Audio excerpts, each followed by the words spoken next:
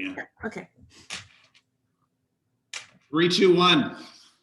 And here we are for another episode of the Gonzo Experience Podcast. I am David Gonzo Mamano here to hopefully bring you some great content. Today I have on the show Janice Porter. I like to call her the LinkedIn guru. Janice, welcome to the show. Thank you so much, David, for having me. My pleasure. Well, I appreciate you. We have some mutual friends. I met you, I believe, about a year ago, and you took what I thought was a great LinkedIn profile and quickly showed me how lame it was, and you helped me really bring it to that next level. And at the end of the day, create a LinkedIn profile that builds relationships, which therefore will build business if done correctly. And that's one of the things you specialize in. And really, I know you pride yourself on being someone that really teaches people to create and enhance relationships, right? Relationship marketing. And one of your focuses is LinkedIn, because if LinkedIn is done correctly, then it's a beautiful way to build relationships and therefore business. So wanted to see if you could share with all the Gonzo family today. Maybe I'll say, is there like a top 10 things that entrepreneurs, business owners, just general business people can do to make sure they're maximizing their LinkedIn profile and not necessarily spend money on it, right? So I had LinkedIn Navigator, Sales Navigator, $80 a month when I met you. And you showed me how I could pretty much get 90% or more of what I was getting with that without having to pay. It's just a free version. So that's it right there, right? So Janice, without further ado, give us the top 10 tips that we need to bring LinkedIn to the next level for us. Well, thank you for that introduction. And yes, it is a passion of mine to teach. I love teaching. That's my background. I was a teacher for many years. And so I find myself sometimes when I'm not even asked teaching. So I have to be careful. But when it comes to LinkedIn, with entrepreneurs in particular, there's a couple of things that one has to think about before they get started. And that is my audience there? Who am I looking to talk to? Who do I want to do business with? Because if that audience is on Instagram because they're 18 to 35 or whatever, and that's where they hang out, then just do your profile on LinkedIn, make sure it's professional, but you don't need to hang out there the same way. But if your audience, your target markets are people in business, also people who are decision makers, people who might be a little more mature, people who are well educated, people who are global, right? It's just, there's so many things, so many types of people on there, 750 million people, I think, at this point. But you need to know that your audience is there. That's the first thing. Does that make sense? Absolutely. Yeah. If Okay.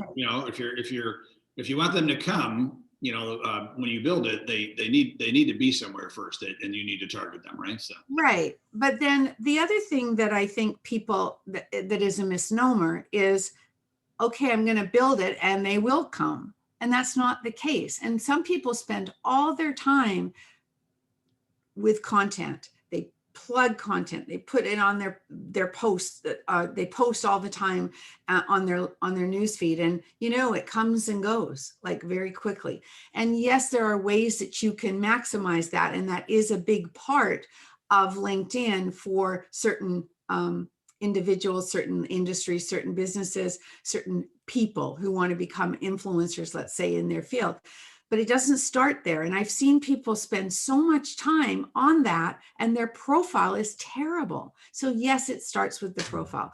And the very first thing there is what I call your first impression. You're above the fold, right? So your first impression is your banner, which is the background image on your profile behind your headshot, and your headshot and your headline. Your headline is the piece directly under your name. That is the prime real estate on LinkedIn. Why? Because when you search and comment and post and reach out to people, message people, whatever, your name and your headline comes up. When you recommend somebody, you're on their profile as you've recommended them, and your headline is there. So whatever you have in your headline is really important. Make it work for you. I'm sorry to interrupt you. What are some of the common mistakes that people make? That they make it to what? The first piece that I just talked about? Yeah. Okay.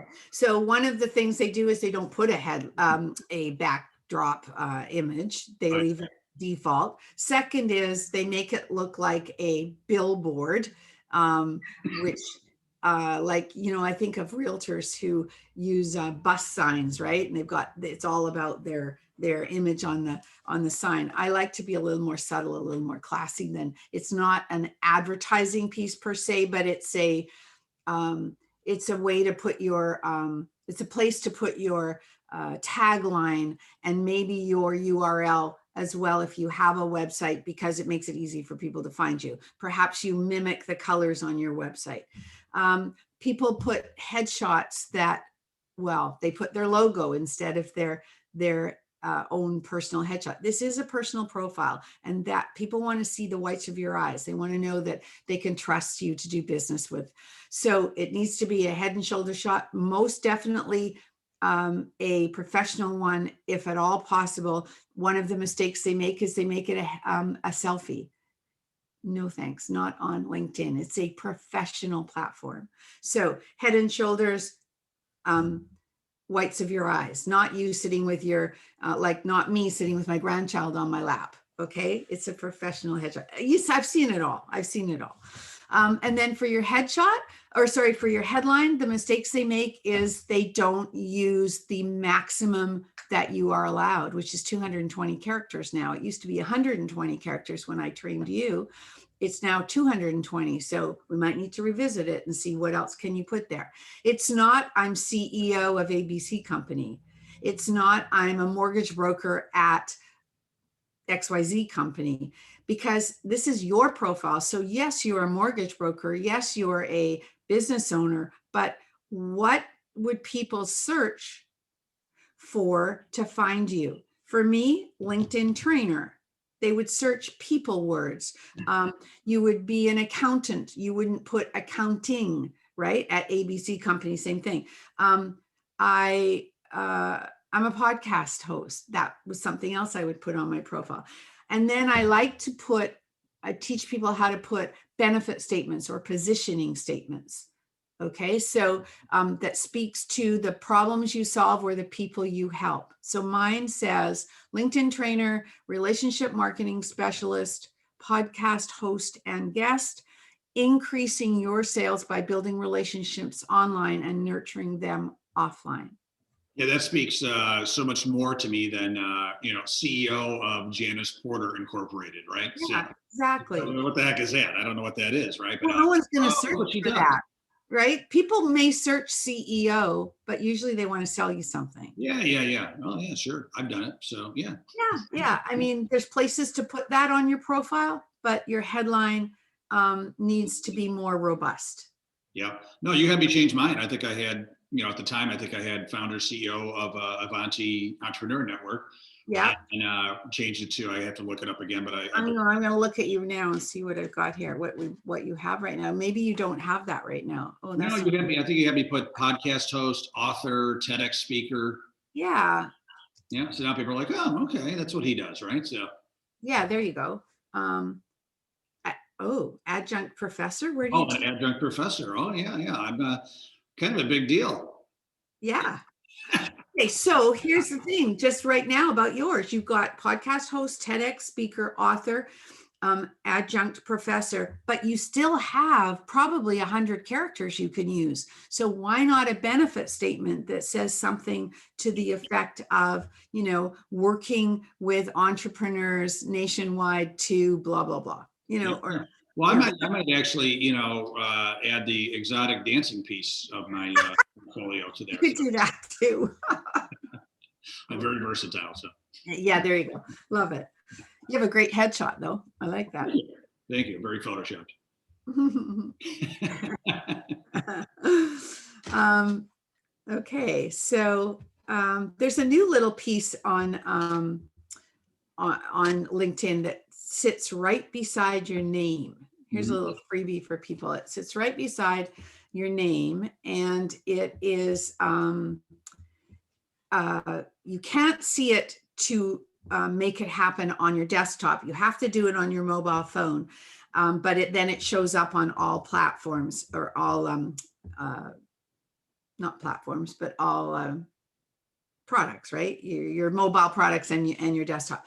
And it's a pronunciation of your name. So you get to record your name, and then, and that's great for people who have names that are really hard to pronounce, right?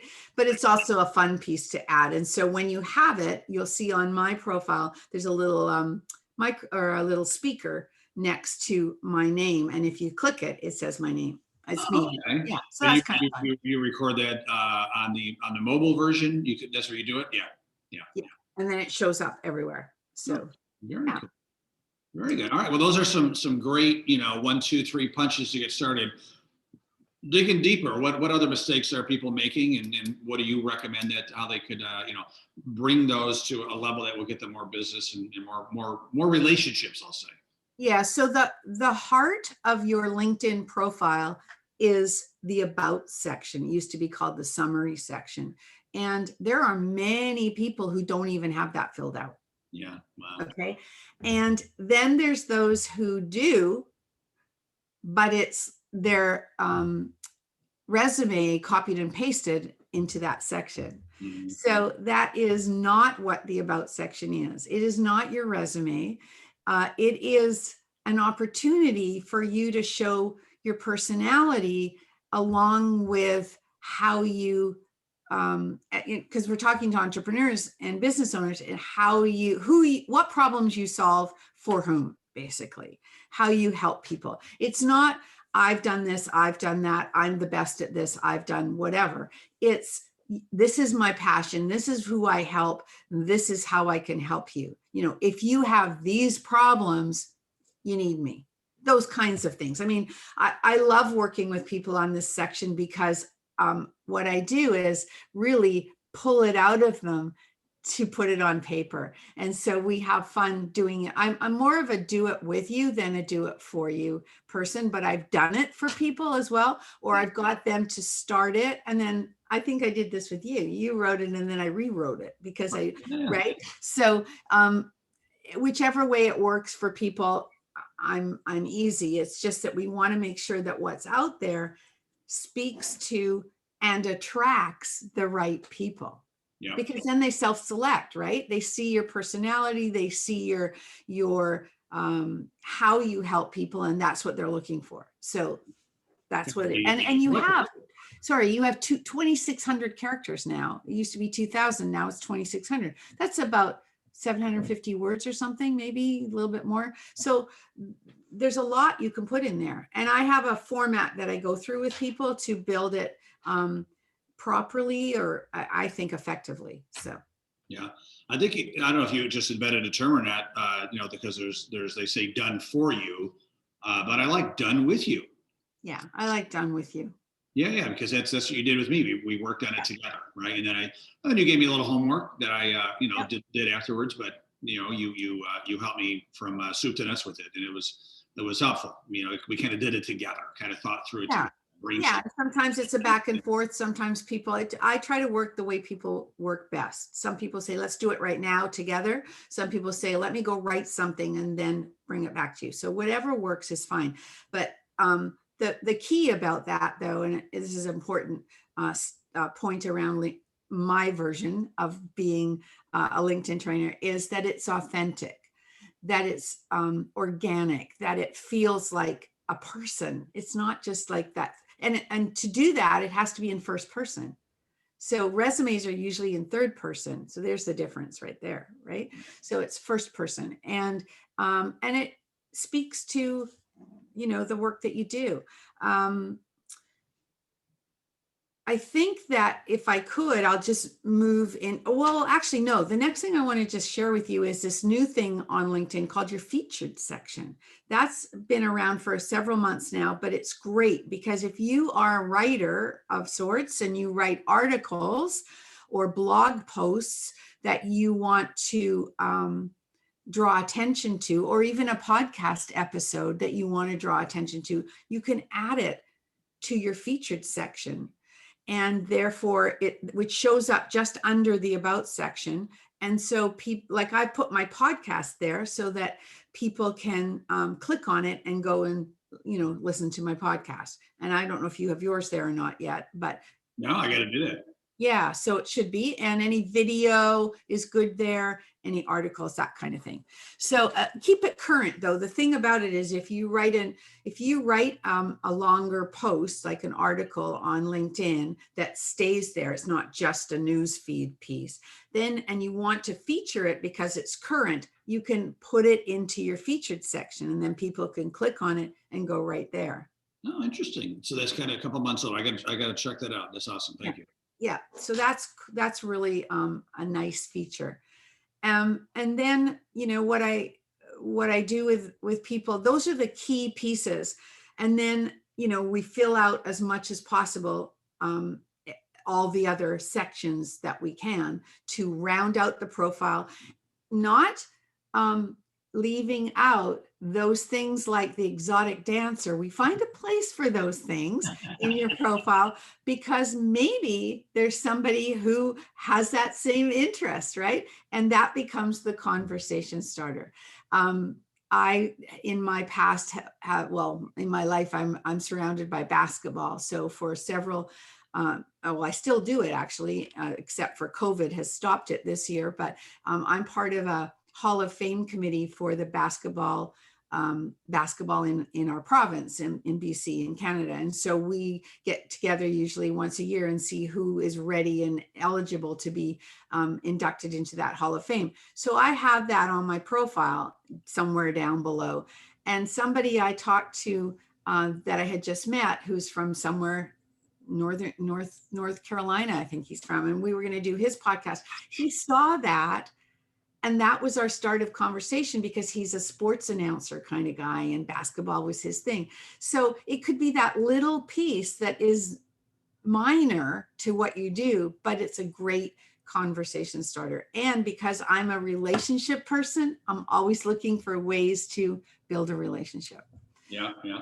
Well, that's how we connected too, is through our mutual love of exotic dancing. So that yeah, exactly. We got to have some fun. No, that's great. No, I know what you mean. I mean, I get a lot of requests on LinkedIn these days, and I'm sure everybody does. And first and foremost, if they don't have a picture, I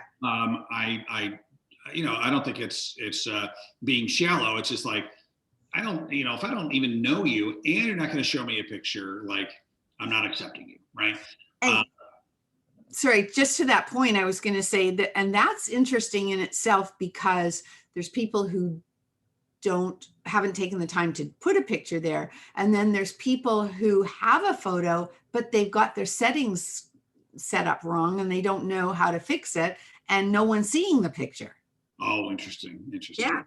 So that's something you could help people with too. Yeah. And then I'm so amazed, like people right off the bat, like they don't even know me. They don't even know my needs, and they'll vomit an offer to me. Like I probably get like 5 LinkedIn messages a day about like if I need their IT services. I'm like, you don't even know me. How do you they say, I think this is something you might be able to use, right? How do you know that? Yeah, how do you know that? Yeah. Show me that you know me first, right? So. So because, and it happens on all the platforms. And of course, there's a lot of people in the last year that have been dissatisfied with Facebook. And for whatever, because of that, even if their audience, they don't even know if their audience is on LinkedIn. They also don't know how to behave on LinkedIn. They think it's the same as Facebook, but they're coming over from Facebook because they're not getting, they think, what they need. there. So there's a real, there is a learning curve to the different platforms. And sure, possibly their audience is on LinkedIn, but they have to act differently here. It's like the difference between, and I said this for years, the backyard barbecue at Facebook, where you've got a beer and you're talking about what you had for dinner at what restaurant when we could do that, and LinkedIn, where you're more formal, you're more dressed up, you maybe are drinking some prosecco or champagne, and your conversation level has lifted a little bit. So it's different. It's just different. Yeah, I know some people get lambasted on LinkedIn for posting pictures that belong more on Facebook or Instagram, right? And it's kind of a self-policing community, right? Like, yeah, it's a business platform, right? So let's talk about that. There's different things you can post of interest, but it just has to be a little bit different. So doing your profile is obviously the first step, and doing it well and making it be a great replicate, a great, what's the word I'm looking for? Representation of you and your business. Because when you meet somebody for the first time, they're going to Google you. And so if you have a website that isn't strongly search engine optimized, it may not come up that high, but LinkedIn is really highly indexed by Google, so it will come up. So you want it to be well, you want to be well represented. But then it really comes down to, and this is where I think, as many of the things and hints and tips about your profile, I think that once you have your profile, I don't know if I'm like everybody else. I don't think I am. My business is building relationships and showing people how to do that. And so I focus more on, I say the magic is in the mailbox. It's about messaging people and having conversation, just like you would at an in-person networking event, where you want to build some rapport and eventually take that new relationship to a Zoom call, or when we can have coffee dates, if it's in, the same town, that kind of thing, as opposed to trying to sell people stuff. Before maybe I'm trying to find a referral partner or a strategic partner that deals with the same type of audience as I do, and we could work together in sharing prospects. But I'm not one of these people who thinks you have to have a third-party tool to send out 50 messages a day so that you can get 5, prospects a week or a month or whatever. Because I'm more about, I need to know who I'm talking to. I need to be in control of that. I don't know. It might take longer. It might take longer, but for me, it's more authentic. Yeah. Quality over quantity, for sure. Yeah. Well, Janice, I try to keep this around a half an hour-ish, we could go on forever, but what I want to do is encourage people to get in touch with you, because you have some offers, for the Gonzo tribe, the Gonzo family. I believe you have a 16-point checklist that you're willing to offer.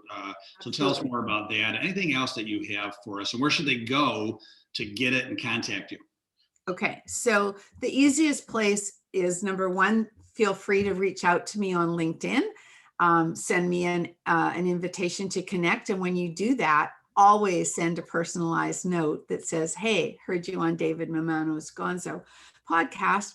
Would love to connect. That would be great. Also, janiceporter.com, my website, where you can find my podcast, Relationships Rule, where you can find my services, LinkedIn services, and download the free 16-point checklist to help you get your profile moving forward. And I actually am quite excited. I don't know when this is going to air, but hopefully by the end of January, beginning of February, I'm going to have launched my online do-it-yourself program for doing your profile. So I love working one-on-one with people. Not everybody is ready for that or can afford it. So I'm putting together what I do with people in an online program so they can do it themselves and with a little bit of help from me on videos and so on. So I'm looking forward to that happening. And if anyone's interested, they can contact me and let me know.